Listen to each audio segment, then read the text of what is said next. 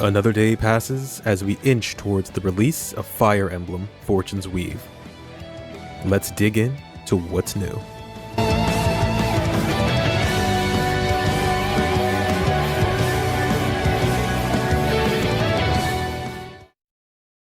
But before that, I thought it might be prudent to let you know Crom has succeeded in recruiting a thief. However, it looks like he's actually a foreigner. Turns out Lithis from the hit game Thracia 776 has somehow ended up in Elise and needs money to sail back. Eager to begin his first job, the two decide to loot a nearby bandit's keep.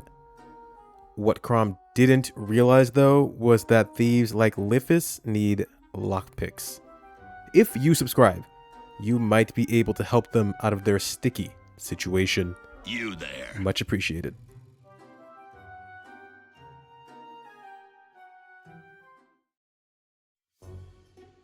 Hello, Deep Freeze here, and over the past couple of weeks we have had a mountain of new information surrounding the newest Fire Emblem game, Fortune's Weave. I thought the direct itself was a lot, but afterward they updated their official website, continued to showcase small character spotlights, and now an embargo was recently lifted, allowing game journalists to give their early thoughts on the game. For each path, all the way up to Chapter 5. And there were 2 commercials that gave us some pretty shocking reveals. It feels as if the floodgates have fully opened because we now have tons, and I mean tons of details pertaining to the story, characters, and mechanics of the game, which is why we're here today. I'm going to catch you up on all the most important new gameplay information and what you can expect when you head to Dagshin on September 17th this year. I'm not usually one to skirt around spoilers, but I can see that this game is extremely ambitious and potentially could be something really special. So in respect to those trying to avoid any major story spoilers, I will only be talking about game mechanics and the general presentation and opinions surrounding the game. There might be a new character or two, but I won't include any story cutscenes that we haven't seen after the direct. So, with that said, let's get into it. As I stated previously, due to an embargo lift, many journalists have been able to publish their thoughts on the game, and the prevailing opinion seems to be it's good.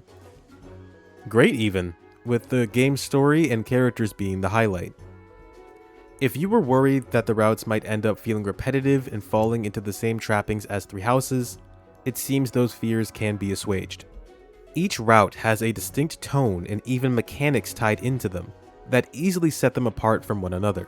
For example, we know Kai specializes in capturing mounts, but because of his young age, he won't be able to access certain locations on the world map like taverns. Leda, however, specializes in performing at taverns, which will give her the ability to purchase unique drinks and access hidden locations. We can assume each protagonist has a small quirk like this when it comes to playing their campaign. And between the 4 routes, only 2 maps have been noted to be reused. We'll no longer have a white cloud situation on our hands. They've seemed to pick up on some of the weaknesses of the previous route structure and really strive to give every path its own unique feel. This bodes pretty well for the future of this game's replayability factor, but conversely, there is one other change that is questionable, and that is the save file, or lack thereof. In Fortune's Weave, you will only have 1 save file to utilize. That's right, only 1. Now, you actually can choose to replay chapters in this game, and potentially even start from the very beginning whenever you want. When replaying a chapter, your units and progress will revert to how they were at the time. In essence, you're starting a new game, but this is a really weird way to go about it. Three Houses did only have 5 save files initially, and over time it's grown to the 25 we're accustomed to now. So maybe there is a chance they'll add more saves in the future. I'm still not sure how I feel about this. What do you think? In Dagshin, there is a ton to do. So much so that many journalists have commented this is where they spent at least a third of their playtime on. Now before you get your jimmies in a bunch saying, "Oh my god, it's just a monastery again," like I did, let's give this new hub area a chance. See, you'll have a calendar system as well as recommendations from Anna to help you plan out your free time. A lot of the facilities and choices you make will wrap around to directly impact your on-map performance. Karma shards, a new currency you gain by simply playing the game and undergoing various tasks, can be used in this menu labeled Boons of Salvation. Think of the saint statues from Three Houses. You'll use those shards to unlock increased unit and weapon experience gain. And the best part is, they carry over between all the routes. Character recruitment looks a bit more involved than I thought previously. We already knew that recruitment is tied to your support level between the unit, but it also looks like renown and a separate negotiation command factor into the success rate. These parameters differ between the routes, and so the idea is certain units will be easier to attain with certain lords. Let's take Sophia for example. Here we see her required support level is 3, and renown level is 9, for what I'm presuming to be Kai's route. Pretty steep requirement for an early game unit. But on Theodora's route, her support requirement has lowered to 1, and renown has significantly lowered to 2. Meaning, with the 2 routes showcased here, she's definitely intended to be recruited on Theodora's. The highest renown level requirement that's been seen so far is Sedith with 10. On Kai's path here, a character like Yangji is much easier to recruit. He also has the negotiation requirement, which I'm guessing is tied to either performing quests or a stat/weapon rank check similar to Three Houses. If you want a specific unit to join the army of your choice, you might need to put in considerable effort. It should also be noted that recruiting a unit in one route will not lock them out of other routes. In other words, you could have a Yangji in every route if you wanted to. Something we should all aspire to. This is a bit confusing though, as the time skip portion of the game involves bringing these units to the future. So if you had 4 different Yangjis, which one would the game choose to bring?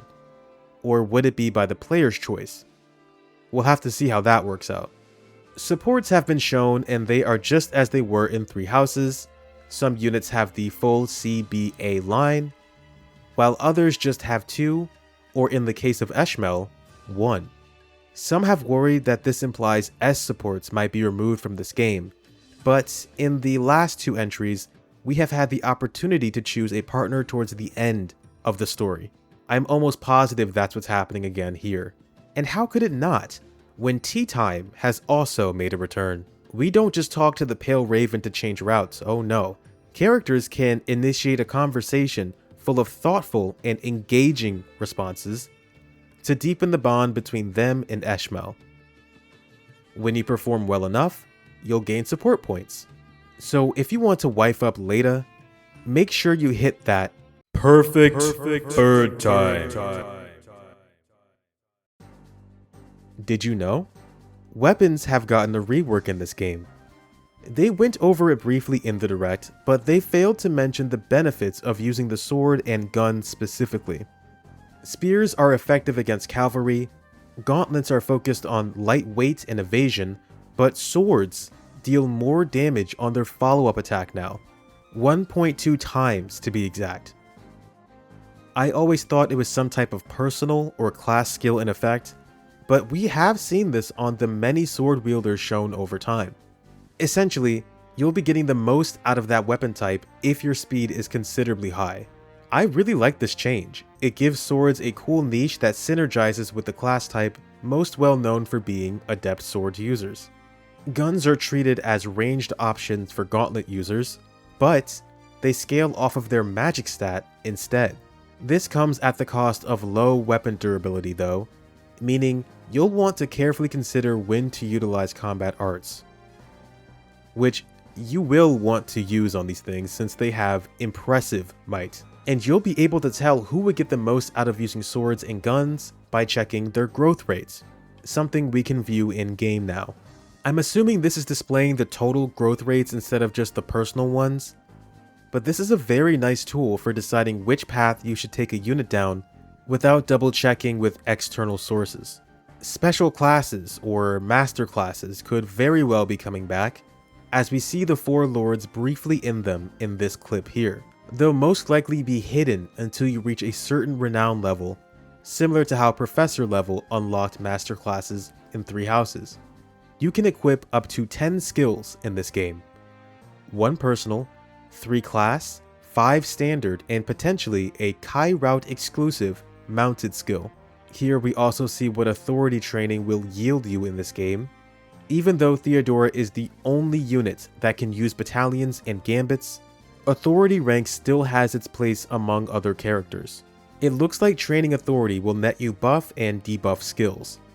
Here Kai has one that buffs adjacent allies attack by 1, while Theodora herself inflicts avoid -3 on adjacent foes. So it looks like authority rank is tied to the unit's utility. We can probably expect rallies to be gained from training authority, which again was in 3 houses previously.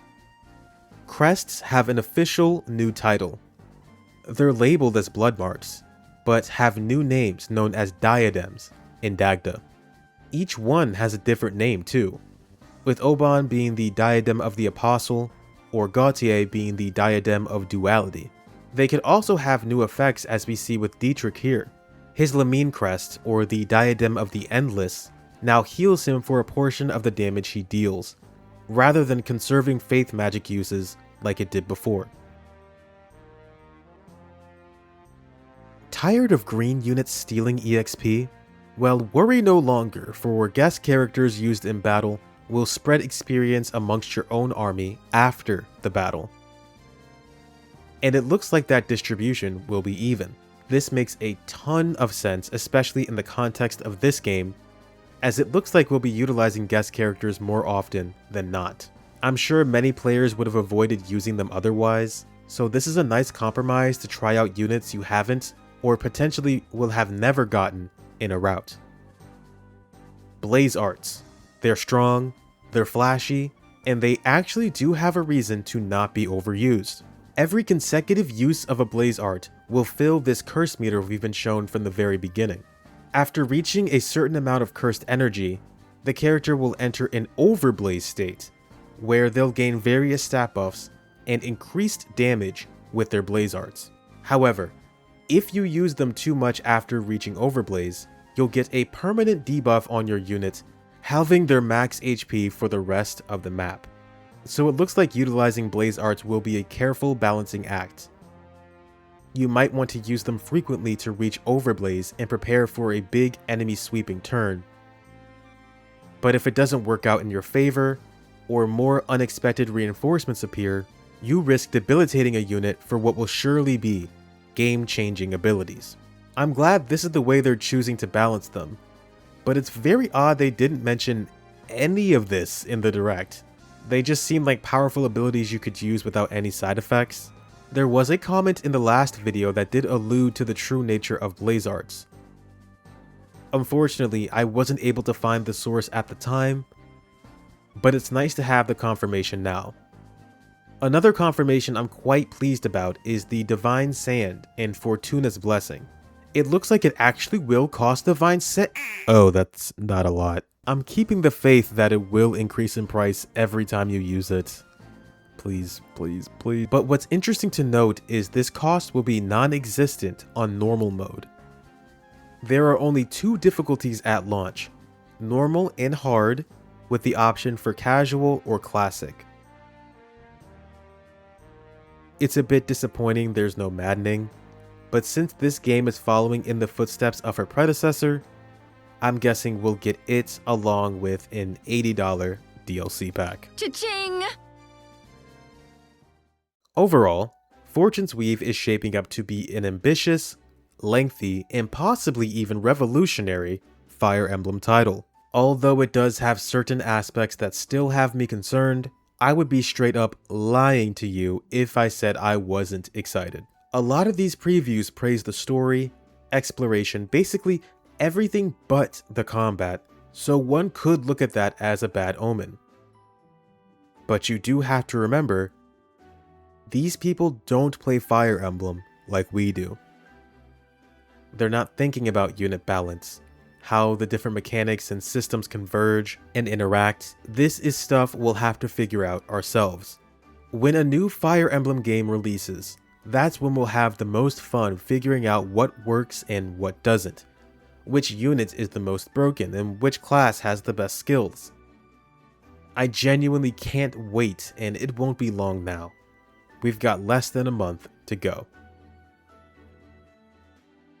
Thank you so much for watching. If you saw my last video, you might have been expecting, basically not what this video ended up being. Unfortunately, a lot of the information and theories I had surrounding those two planned videos ended up being completely obsolete after this huge wave of preview news. So I've decided my next and last news coverage will be on the developer interview they have planned in September. I genuinely can't keep up with all this stuff coming out.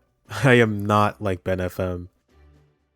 I'll never be like him. But I did record my extended reactions to a lot of the preview news here. Of course, be warned, there might be spoilers, but if you're curious about my full thoughts on everything, go ahead and have a watch. I do plan to make a ton of Fortune's Weave videos once the game comes out, so subscribe. There'll mostly be guides, maybe some character analyses, and objectively correct tier lists.